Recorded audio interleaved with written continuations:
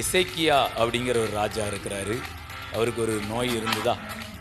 ஏசாயாங்கிற தீர்க்கதரிசி என்ன பண்ணுறாரு, ஏசாயா அப்படிங்கிற தீர்க்கதரிசி என்ன பண்ணுறாரு, ஒரு வார்த்தை சொல்கிறாரு.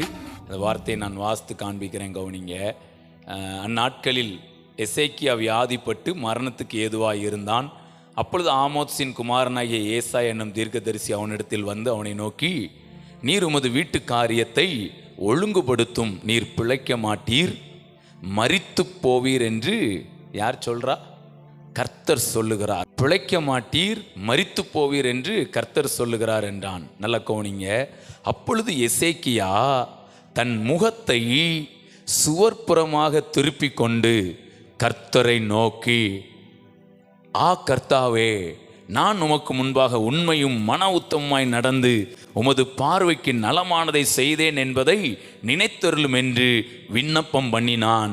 எசேக்கியா மிகவும் அழுதான். அடுத்து பாருங்க, இவ எவ்வளவு நேரம் செலவு பண்ணியிருக்கிறாரு.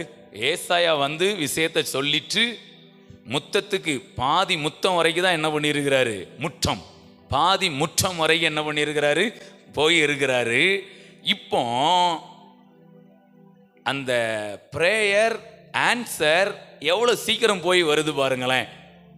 எசேக்கியா ஆண்டவர்கிட்ட ஜெபம் பண்ணுறாரு. ஆண்டவர் இப்போ ஏசாயாட்ட பேசுகிறார். ஏசாயா பாதி முற்றத்தை விட்டு அப்புறம் போகிறதற்கு முன்னே, பிரைஸ் காட், உங்களுடைய ஜெபம் இவ்வளோ ஸ்பீடாக போய் பதிலை கொண்டு வரும். கையை தட்டி பிரைஸ் காட். உங்களுடைய ஜெபம் பேசஞ்சர் ட்ரெயின் மாதிரி போயிட்டு வராது, சூப்பர் ஃபாஸ்ட் மாதிரி என்ன செய்யும், இன்னும் சொல்லப்போனால் வந்தே பாரத் மாதிரி என்ன பண்ணும். ஆமாம், அப்படி போய் அப்படி சர்ன்னு அதிலோட நிற்கும். Price God.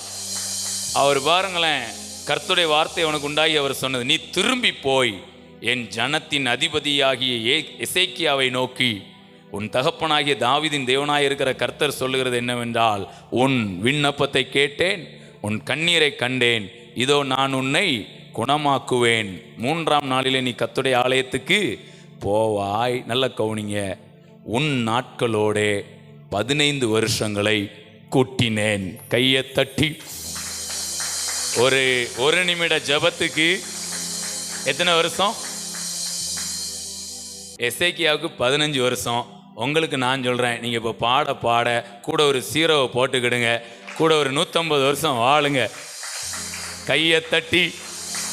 அவனை நீடித்த நாட்களால் திருப்தியாக்கி என் ரட்சிப்பை அவனுக்கு